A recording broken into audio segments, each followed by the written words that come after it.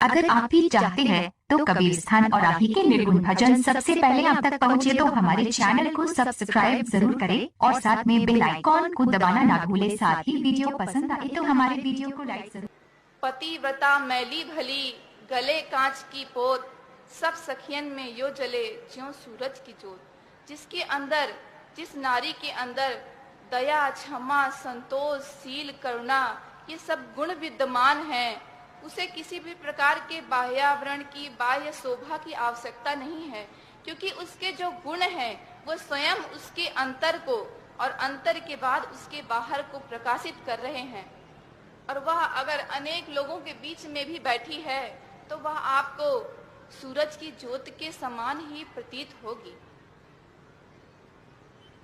आज आप देखें, युवा वर्ग है, आज की पीढ़ी है, आज की नारी है, फैशन की ओर अत्यधिक बहुत ही तेजी से फैशन की तरफ भागते जा रही है, उसकी तरफ उसका झुकाव अधिक होते जा रहा है। ये फैशन, ये जो बाहरी दिखावा है, यह आज है, कल नहीं है। बाल्यावस्था में, युवावस्था में जो अच्छा लगता है, जरावस्था में वो अच्छा नहीं लगेगा। लोग उसकी प्रशंसा नहीं करेंगे, हंसी उड़ाएंगे। तो ऐसी सुंदरता का क्या लाभ जो क्षणिक है, आज है, कल नहीं है।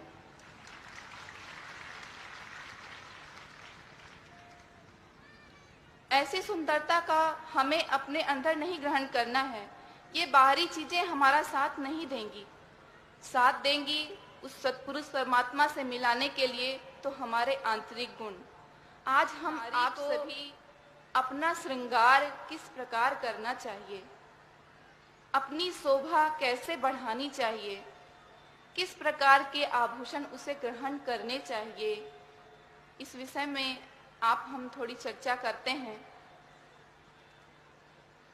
सदगुरु कबीर साहब के एक ही पद में ये सारी बातें समाई हैं।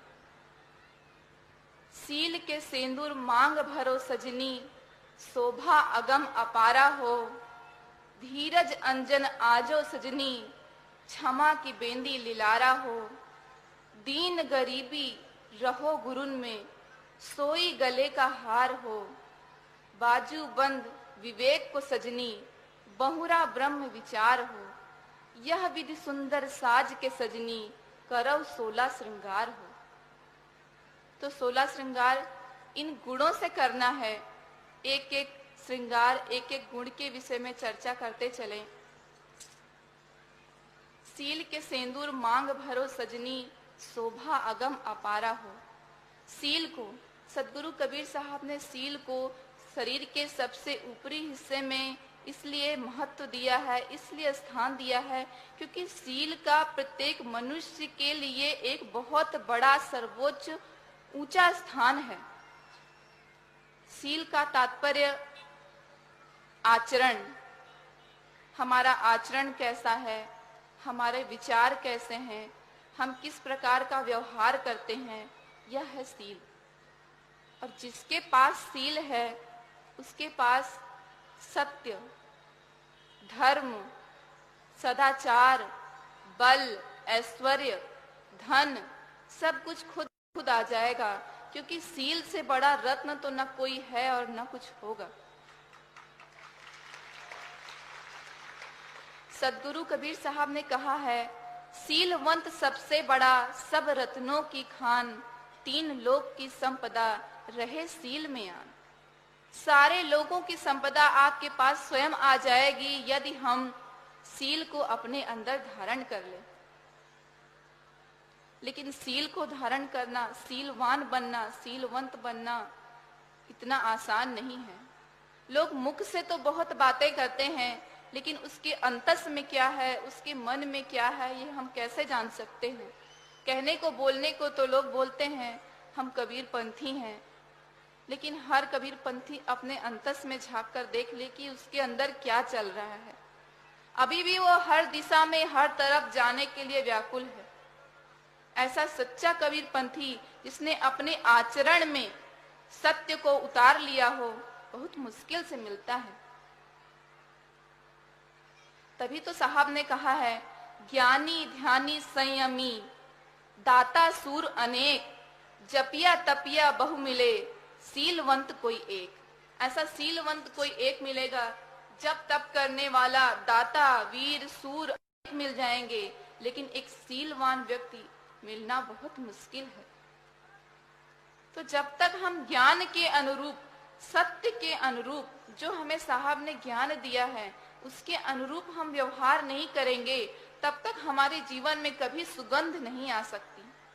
जब हम ज्ञान के अनुरूप व्यवहार करेंगे, हमारा आचरण ज्ञान के अनुरूप होगा, तो निश्चय ही उस दिन मनुष्य के जीवन वृक्ष पर आत्म सौंदर्य के फूल खिलेंगे, सत्य के फल लगेंगे, सुख के पंछी मंडराएंगे, शांति के भंवरे घूमेंगे।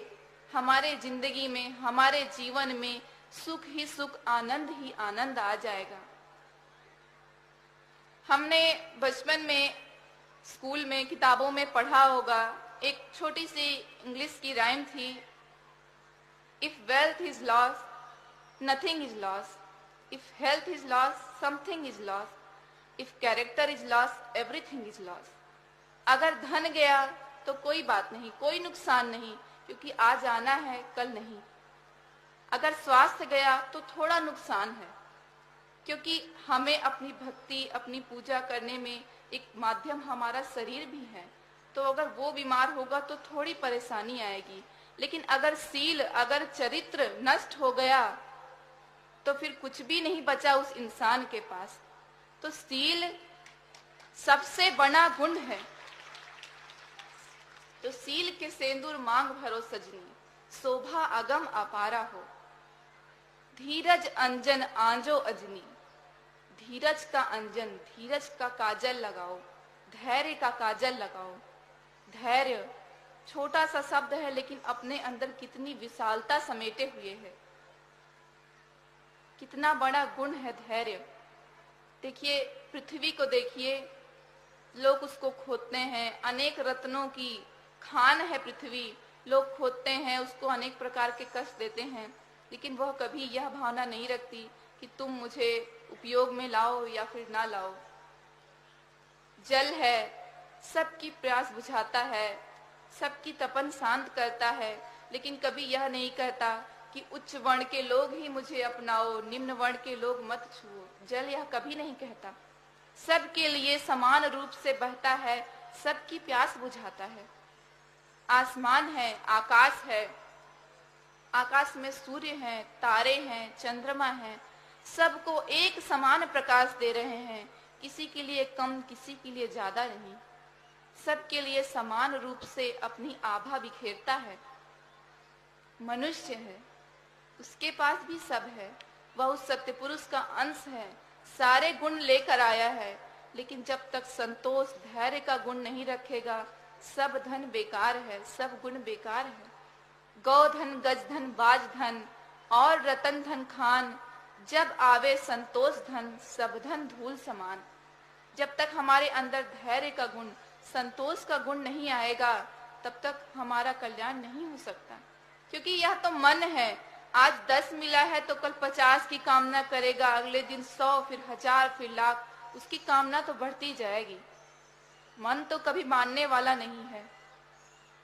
मन लोभी, मन लालची, मन चंचल, मन चौर, मन के मते न चालिए, पलक पलक मन मोर। यह मन तो सबको घुमाने वाला है, अलग अलग रंग दिखलाने वाला है। तो मन के अनुरूप नहीं चलना है, अपने को धैर्य रखना है। देखिए, एक उदाहरण देखिए, अगर कोई किसान है, वह खेती करने गया है और खेती करने के लिए वह अपने खेत में अनाज डालता है। अगर उसके पास धैर्य नहीं है तो देखेगा, वो रोज 1 दिन देखेगा, 2 दिन देखेगा, अभी तक अंकुर नहीं निकला, अभी तक फसल नहीं आई, कब लहलहाएगी, कब काटूंगा। धैर्य नहीं है उसके अंदर, तो वह एक दिन रोज निकाल निकाल के बीज को देखेगा कि आज तो अंकुर नहीं निकला, कल निकलेगा, कल भी नहीं निकला, परसों निकलेगा। ऐसे में वह रोज उस अंकुर को निकाल निकाल के देखते रहेगा और उसकी सारी फसल भी चौपट हो जाएगी। तो ऐसे ही अगर हम आज कबीरपंथी बने हैं, तो हम अगर ये चाहें कि एक दिन की भक्ति में ही हम साहेब को पा लें, प्राप्त कर लें, तो ऐसा जरूरी तो नहीं है। हमारी भक्ति उस स्तर की है भी या नहीं, तो नित्य प्रतिदिन सदगुरु की भक्ति में लगे रहें, धैर्य पूर्वक अपने साहेब के चरणों में अपने मन को लगा कर रखें, तो साहेब अवश्य हमारा उद्धार करेंगे। धैर्य के बिना सफलता नहीं मिलने वाली। तो धीरज अंजन आंजो सजनी, क्षमा की बेंदी लिलारा हो, माथे पर क्षमा की बेंदी। अगर कोई दुष्ट व्यक्ति, कोई अज्ञानी, कोई लोभी, किसी भी प्रकार का विकारी व्यक्ति अगर हमसे कुछ बात कह भी देता है तो हमें उसे क्षमा कर देना चाहिए, क्योंकि यदि वह हम उसे क्षमा नहीं करेंगे तो उसने हमें एक बात सुनाई है, हम गुस्से में आकर नाराज होकर उसको 2 बात सुनाएंगे, वो 5 सुनाएगा, हम 10 सुनाएंगे, ऐसे ही गिनती बढ़ती जाएगी, संख्या बढ़ती जाएगी और उसका परिणाम आज पूरी दुनिया में दिखाई दे रहा है। पूरी दुनिया में नक्सलवाद, हिंसा, आतंकवाद फैला हुआ है। इसका परिणाम क्या है? यही तो है, क्योंकि हम क्षमा गुण को भूल गए हैं, क्षमा करना हम भूल गए हैं। अगर हमें क्षमा करनी आती, हमारे अंदर में क्षमा गुण होता तो शायद आज दुनिया का स्वरूप ही कुछ और होता, संसार का स्वरूप ही कुछ अलग दिखाई देता। तो साहब ने कहा, खोद खाद धरती सहे, काट काट बन राय, दुर्वचन साधु सहे, दूजा सहा न जाए। साधु ही दूसरे की गलत बातों को सुन सकता है। धरती लोग खोदते हैं लेकिन सहती है, वन को काटते हैं, जिंदा काटते हैं, हरा है, जीवित है, पता है लोगों को, लेकिन सहता है। तो दूसरे के गलत बातों को साधु संत जन ही सह सकते हैं, दूसरे से नहीं सहा जाएगा। तो क्षमा गुण को हमें अपने अंदर व्याप्त करना है, क्योंकि साहब ने कहा, जहां दया तहां धर्म है, जहां लोभ तहां पाप, जहां क्रोध तहां काल है और जहां क्षमा तहां आप। जहां पर दया है वहीं पर धर्म हो सकता है। सबसे बड़ा धर्म मानव धर्म है। दया करना ही नहीं आएगा तो मानव धर्म क्या निभाएंगे? और क्रोध तो काल स्वरूप होता ही है। किसी क्रोधित व्यक्ति को देखें, क्रोध के समय उसका चेहरा, उसका आकार, उसका स्वरूप ही अलग हो जाता है। और लोभ से ही पाप बढ़ता है। 10 की प्राप्ति हुई, 50 के लिए लोभ करेंगे, फिर चोरी, तरह तरह के विकार हमारे अंदर आते जाएंगे। और जहां क्षमा वहां आप। अगर हमने अपने अंदर क्षमा गुण को धारण कर लिया तो वे सत्य पुरुष परमात्मा स्वयं हमारे अंतस में धारण हो जाएंगे, हमारे अंतस में आकर समा जाएंगे। क्षमा की बेंदी लिलारा हो, माथे पर क्षमा की बिंदिया। दीन गरीबी, दीन का अर्थ दैन्यता, नम्र भाव, विनम्र भाव। देखिए, अगर हमारे अंदर अहंकार है, हम अहम भाव लेकर किसी के पास जाते हैं तो आवश्यक है ये, जरूरी है ये कि कोई ना कोई तो ऐसी कोई बात कहेगा जिससे हमारे अहम को ठेस लगेगी, हमें बुरा लगेगा। क्योंकि है अहम तो वो झुकेगा, कोई चीज ऊंचाई पर है तो वो नीचे आएगी। लेकिन हम स्वयं अपने आप को विनम्र बना लें, इस तरह झुका लें कि कोई हमें और झुका ना सके, तो हमें कभी ऐसी परिस्थिति का सामना नहीं करना पड़ेगा। दीन भाव यदि हम अपने अंदर ले आए तो ये संपूर्ण संसार हमें सुखमय ही प्रतीत होगा, क्योंकि फिर हमें कोई चीज दुख प्रदान ही नहीं कर सकती। हम अपने अंदर घमंड रखते हैं, अहंकार रखते हैं, अहम रखते हैं, तभी तो हमें कोई बात बुरी लगती है कि इसने हमें ऐसा कहा, इसने हमारे बारे में ऐसा बोला, हमारे परिवार के बारे में बोला, ऐसा नहीं बोलना चाहिए। अहम है तब तो। और जब मैं ही नहीं है, अहम ही नहीं है, इतना विनम्र, इतना नम्र हो गए हैं, तो हमें किसी की बात से कोई असर नहीं होने वाला है, कोई फर्क नहीं पड़ेगा। और विनम्रता सदैव फल देती है। क्या फल देती है? एक कहानी के माध्यम से आपसे बताना चाहूंगी। एक बार 3 पर्वत थे और उन 3 पर्वतों के पास में एक गांव बसा हुआ था। और 3 पर्वतों के बीच में ही एक बहुत बड़ी खाई थी। उस खाई के कारण लोगों को आसपास दूर दराज जाने में बहुत परेशानी हुआ करती थी।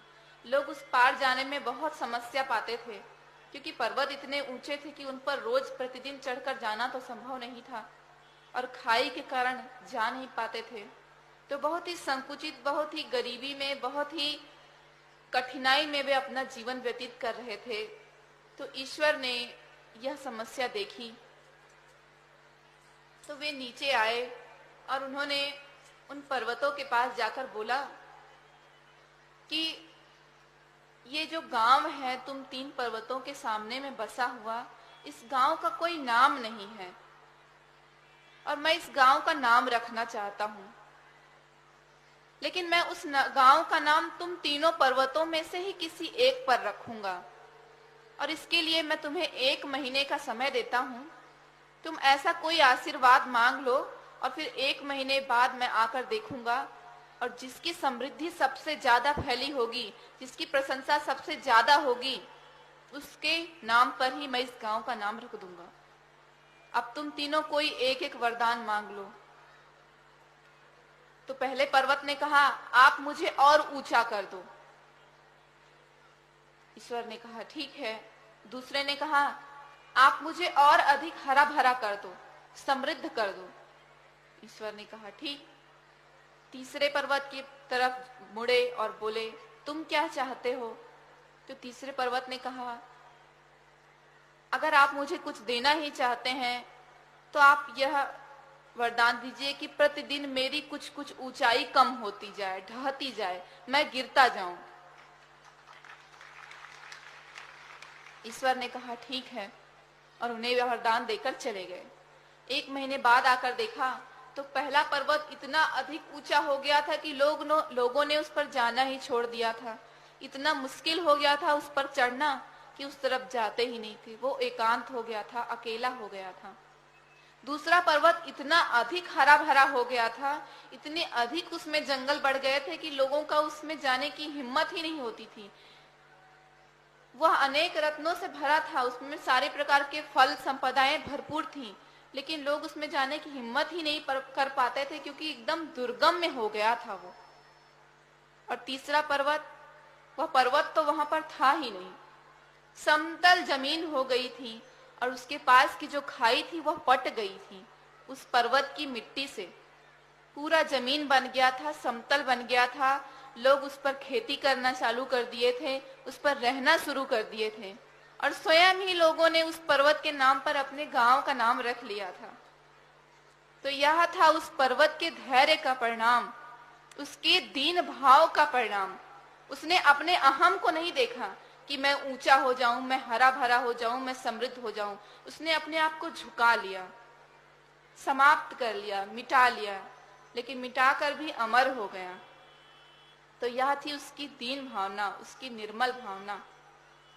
तो हमें भी अपने अंदर दीन भावना का, दैन्य भावना का, निर्मल भावना का संचार करना है। गरीबी का तात्पर्य यह नहीं है कि हमारे पास धन नहीं है, संपदा नहीं है तो हम गरीब हैं, नहीं। दीन होने का मतलब यह नहीं है कि हम इस तरह से झुके हैं कि लोगों के चरणों में पड़े हैं, ऐसा नहीं, ऐसा बिल्कुल भी नहीं है। साहब ने कहा है, पानी ऊंचे ना टिके, नीचे ही ठहराए, नीचे होए सो भरी भरी पीवे, ऊंचे प्यासा जाए। पानी अंत में नीचे ही आएगा और जो नीचे है उसी से लोग अपनी प्यास बुझाएंगे। ऊपर जाकर तो कोई पानी नहीं पिएगा, प्यासा ही रह जाएगा। नानक जी ने कहा, नानक नन्हे होए रहो जैसे नन्ही दूब, घास पात सब जर गए, दूब खूब की खूब। जंगल में आग लगी तो सब घास पात जर गए, लेकिन दूब अपने आप ही रही, छोटी थी लेकिन अपने स्थान पर खड़ी है। तो दीन भावना को अपने अंदर धारण करना है, गरीबी अपने अंदर लानी है। हम धन से कमजोर हैं, हमारे पास पैसे नहीं है, दौलत नहीं है तो हम गरीब हैं, ऐसी बात नहीं है। गरीब वह है जिसके अंदर गुण नहीं है, सद्वृत्ति नहीं है, दया, क्षमा, संतोष, प्रेम, भक्ति, करुणा नहीं है, वह है गरीब। जिसके पास राम नाम का धन है वह तो सबसे अधिक अमीर है। कबीर सब जग निर्धना, धन मनता नहीं कोय, धन मनता सोई जानिए, जाके राम नाम धन होय। जिसके पास राम नाम का धन है, जिसके पास अपने सदगुरु की भक्ति है, उसका नाम है, वही अमीर है। यह गरीबी नहीं है कि हमारे पास धन संपदा नहीं है। धन संपदा आज किसी के पास भी है, कल नहीं है। और उस धन संपदा को रखकर मनुष्य सिर्फ अशांत ही होता है, शांत नहीं होता। आज 1000 की नोट है तो तकिए के नीचे दबाकर सो रहा है, कल करोड़ हो गया, लाख हो गया, तब कहाँ रखेगा? घर की अलमारियों में जगह खोजेगा, तिजोरियों में जगह खोजेगा, रखेगा, फिर भी चैन नहीं है। बार बार जाकर देखेगा कहीं कोई ले तो नहीं गया, किसी ने चुरा तो नहीं लिया, कोई लूट के तो नहीं ले गया। तो सिर्फ मन अशांत ही रहेगा, शांति नहीं आ पाएगी। चिंता से मुक्त वही होगा, चिंता से रहित वही होगा जिसने सिर्फ राम नाम के धन को अपनाया है, उस साहेब की भक्ति को अपनाया है। इन बाह्याडंबरों से जो अलग है, हीन है, वही धनी है और वही चिंता मुक्त है। उसे ही कोई चिंता नहीं, क्योंकि चाह गई चिंता गई, मनुआ बेपरवाह, जिसको कछु न चाहिए वे ही शहंशाह। जिसे कुछ चाहिए ही नहीं, उसे क्या देंगे, उसे क्या डर, उसे क्या लोभ, और वही शहंशाह है। तो हमें राम नाम की भक्ति, उसकी श्रद्धा अपने अंदर लानी है, दीन गरीबी अपनानी है। इन बाहरी दुर्गुणों को, इन लोभ को, इस पाप को, इससे दूर रहकर राम नाम धन को अपने अंदर में, अपने हृदय में ग्रहण करना है। दीन गरीबी रहो गुरुन में, सोई गले का हार हो, रहो गुरुन में। गुरु की भक्ति, सदगुरु की भक्ति प्रत्येक मनुष्य के लिए आवश्यक है। उसकी भक्ति में ही दिन रात तल्लीन रहकर ही हमें मुक्ति मिल सकती है। रहो गुरुन में का मतलब यह नहीं है कि आप दिन रात अपने गुरु के साथ रहो तभी ऐसा संभव है। देखिए, गृहस्थ लोग हैं, प्रतिदिन की उनकी अपनी दिनचर्या होती है, अपना कार्य होता है, अपने परिवार का भरण पोषण करना होता है। तो अगर आप सब कुछ छोड़कर चले जाएंगे तो यह तो संभव नहीं है। तो रहो गुरुन का मतलब क्या है? गुरु के द्वारा बताए गए उपदेश, उसके वाणी वचनों को अपने हृदय में धारण करके उनके अनुसार ही चलें, वह है रहो गुरुन में। गुरु के साथ रहना वह है। गुरु के साथ रहते हैं, उसके शरीर रूपी गुरु के साथ अगर हम रहते हैं, दिन रात रह रहे हैं, चल रहे हैं, उनके शिष्य बने हुए हैं और उनके समान अपने विचार अपने अंदर नहीं ला पा रहे हैं, दुनिया भर की बात सोच रहे हैं, दुनियादारी की बात कर रहे हैं, तो वो कैसा रहो गुरुन में हुआ? वो गुरु में रहना हुआ ही नहीं। और सतपुरुष के, साहेब के, अपने सदगुरु के दर्शन करके उनके बताए गए मार्ग पर चलते हुए अगर हम अपने दैनिक कार्य करेंगे तो वह होगा रहो गुरुन में। इसलिए ही जब हमारे महिला मंडल का निर्माण किया गया तो हमने एक प्रमुख नियम यह रखा था कि प्रतिदिन सत्संग करेंगे, प्रतिदिन सत्संग का आयोजन करेंगे। वो प्रतिदिन होते होते हफ्ते हो गया और कहीं कहीं तो अब महीने में हो रहा है, 15 दिन में हो रहा है। होता है ना, अभी 15 दिन में भी होता है, महीने में भी होता है, कई जगह वो धीरे धीरे खिसकता जा रहा है। तो भाई ऐसे सत्संग नहीं करना है। जो प्रतिदिन था उसको 15 दिन में कर दिया, अब फिर वो महीने दिन में हो गया, ये तो गलत है। देखिए, सत्संग हमारे जीवन के लिए बहुत आवश्यक है। सत्संग का तात्पर्य है सत्पुरुष को प्राप्त कर चुके साधु संतों की संगति, और यह बहुत आवश्यक है क्योंकि इसके बिना तो हम इधर उधर भ्रमित होते जाएंगे। जैसे एक बार एक महात्मा जी थे, वे अपने आश्रम में बैठे थे, उनके पास कुछ ग्रामीण लोग आए और उन्होंने बोला, महात्मा जी आप हमें एक बात बताइए, हम जहां भी जाते हैं यही सुनते हैं कि सत्संग रोज करना चाहिए, प्रतिदिन सत्संग करना चाहिए, तो ऐसा क्यों? हमें दिन भर इतने काम रहते हैं, हम एक बार साहब का नाम सुमर के अपना काम करने चले जाएं तो क्या नहीं होगा? महात्मा जी कुछ नहीं बोले और वहां पास में जमीन में एक कील हल्की सी गड़ी थी, उस पर उन्होंने एक हथौड़ा उठाया और प्रहार कर दिया। वे लोग कुछ जवाब न पाकर चले गए। दूसरे दिन फिर आए और पूछे, महात्मा जी कल हमने आपसे एक प्रश्न किया था कि सत्संग रोज क्यों करें, क्या आवश्यकता है प्रतिदिन प्रतिरोज हमेशा सत्संग करने की।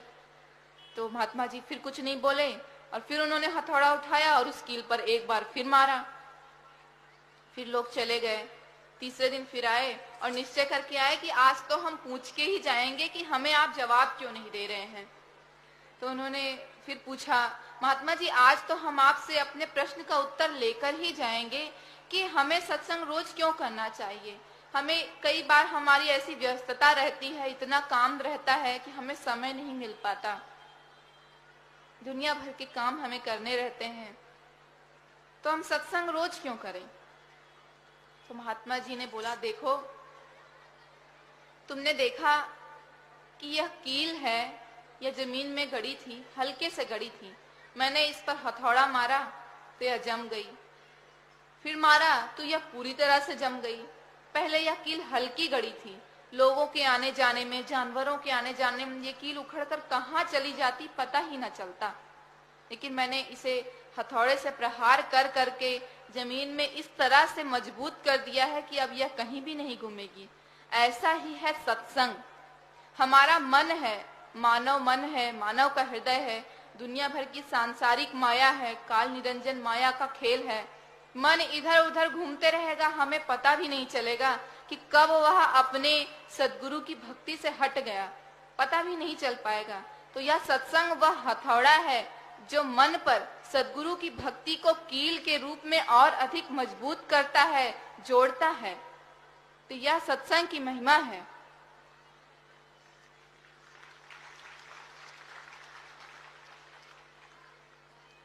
सत्संग करें प्रतिदिन, जहां जहां भी यह दूर होते जा रहा है, समय इसका 10 दिन में, 15 दिन में, हफ्ते में होते जा रहा है, वहां प्रतिदिन इसे करें। भाई दिन में 1 घंटा 2 घंटा निकालना इतनी मुश्किल बात नहीं है।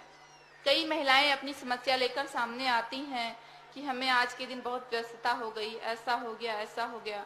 तो जैसे आप हर कार्य के लिए समय निकाल लेती हैं, वैसे सत्संग के लिए भी समय निकालिए। ये आपके उद्धार के लिए ही आवश्यक है। तो जहां जहां भी महिला मंडल बने हैं, सत्संग को अपने प्रतिदिन की जीवन शैली में शामिल करें। दीन गरीबी रहो गुरुन में, सोई गले का हार हो, बाजूबंद विवेक को सजनी, विवेक का बाजूबंद पहनो। देखिए, मानव का जब जन्म होता है तो उसका सबसे पहला कर्म क्या होता है कि वह सद्गुरु बनाए, अपने जीवन का उद्धार करने वाला एक सद्गुरु ढूंढे। जगत गुरु बहुत आसानी से मिल जाते हैं, हर जगह मिल जाते हैं, जहां भी उन्हें भीड़ दिखी वे स्वयं पहुंच जाते हैं, उन्हें ढूंढने की भी आवश्यकता नहीं पड़ती।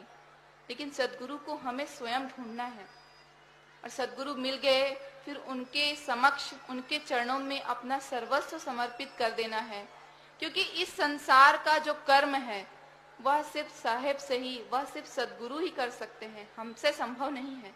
हमसे इस संसार का कर्म संभव नहीं है, हम कुछ भी करने में संभव नहीं है। कुछ भी करने का तात्पर्य, कोई बोलते हैं कि मैं स्वयं यह कार्य कर लूंगा, मैं स्वयं ही हर कार्य को कर सकने में संभव हूं, तो यह उसकी बहुत बड़ी भूल है, बहुत बड़ी गलती है। सद्गुरु ही उस कर्म को कर सकते हैं। मनुष्य के प्रत्येक कर्म को कर सकने में सद्गुरु ही संभव है, मनुष्य के बस की बात नहीं है। कर्म का मतलब मेरा यह नहीं है कि जो हमारा इस संसार में दैनिक कर्म है, जो हम धन कमाते हैं, पैसे जोड़ते हैं या कुछ भी करते हैं, इस कर्म से हमारा तात्पर्य नहीं है। मनुष्य का सबसे प्रथम और सबसे प्रमुख कर्तव्य क्या है, कर्म क्या है? इस असार संसार में रहते हुए, उस सत्य पुरुष परमात्मा को पहचानते हुए, उसके चरणों में अपनी सुरती लगाते हुए इस संसार से विरत हो जाना, मुक्त हो जाना, यह है प्रत्येक मनुष्य का कर्तव्य, कर्म। और यह कर्म सिर्फ सद्गुरु ही कर सकते हैं। तो अपने सद्गुरु को प्रेम पूर्वक अपने हृदय में उनके प्रत्येक वाणी वचनों को स्थान दें, क्योंकि साहब ने भी कहा है, 3 लोक नवखंड में गुरु से बड़ा न कोई, करता करे न कर सके, गुरु करे सो होए। गुरु के करने से ही हमें मुक्ति मिलेगी, वह ही हमें रास्ता दिखाएंगे, वह ही हमें विवेक प्रदान करेंगे। बाजू बंद विवेक को सजनी, बहुरा ब्रह्म विचार हो। बहुरा अर्थात बाह में पहनने वाले आभूषण को बहुरा बोलते हैं।